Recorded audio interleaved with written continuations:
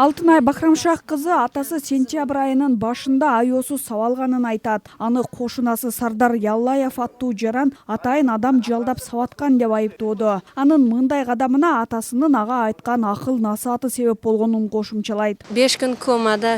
Аравандын больницасында атам 5 күн комада жатты. Андан кийин ошко которулуп 2 ай ооруканада жатты. Атамды айоосуз сабашыптыр. Колдорун кескилеп, сындырып, башын жарыптыр. Урдурган бала кыздын кийимин кийгени үчүн атам мындай кылганың туура эмес деп акыл айткан экен. Андан кийин эле ушул иш болуп жатат. Сен койду башыга. Учурда сабалган балдар жана буйрук берген бала эркиндикке жүрөт дейт жабырлануучунун жакындары. Бир топ мекемеге арыз жазганы менен ишти карабай жатат деп нааразы. Сардар Яллаевдин акчасы көп болуп, сот, милиция, дарыгерлердин оозун жаап коюптур. Майып болуп калган менин агамды карабай жатышат. Күнөөлүүлөр ачыкта жүрөт. Кыргызстанда коррупция көбөйүп кетти. Башында сабаган 2 баланы да кармаган. Кийин аны өздөрү качырып жиберишкен. Майып болуп койгон адамды несиге карабай атат. Окуя болгондон кийин Араван райондук милициясы Сардар Яллаевди кармап, убактылуу кармоочу жайга киргизген. Иш сотко өтүп, Араван райондук соту 13 сентябрда шектүүнү үй камагына чыгарган. Ал эми сабаган 2 бала учурда издөөдө. Тергөө учурунда 2 шериги бар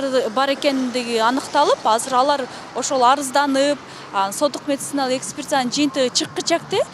Берки 2 жаран изин жашырып качып кеткендиги боюнча аныкталган да. Бул балдар боюнча издөө жарыяланган Араван райондук ички иштер бөлүмү тарабынан. Издөө боюнча, кармоо боюнча да иш жүрүп жатат. Наразы болгон тарап иш ачык айкын тергелүүсүнө үмүт артып, күнөөлүүлөр жазасын алса дешет. Ошол себептүү тийиштүү кызматтардан ишти ачык айкын тергеп берүүсүн суранышат. Зыягүл Болот кызы, Азам Бузреков, ТМЖ жаңылыктары.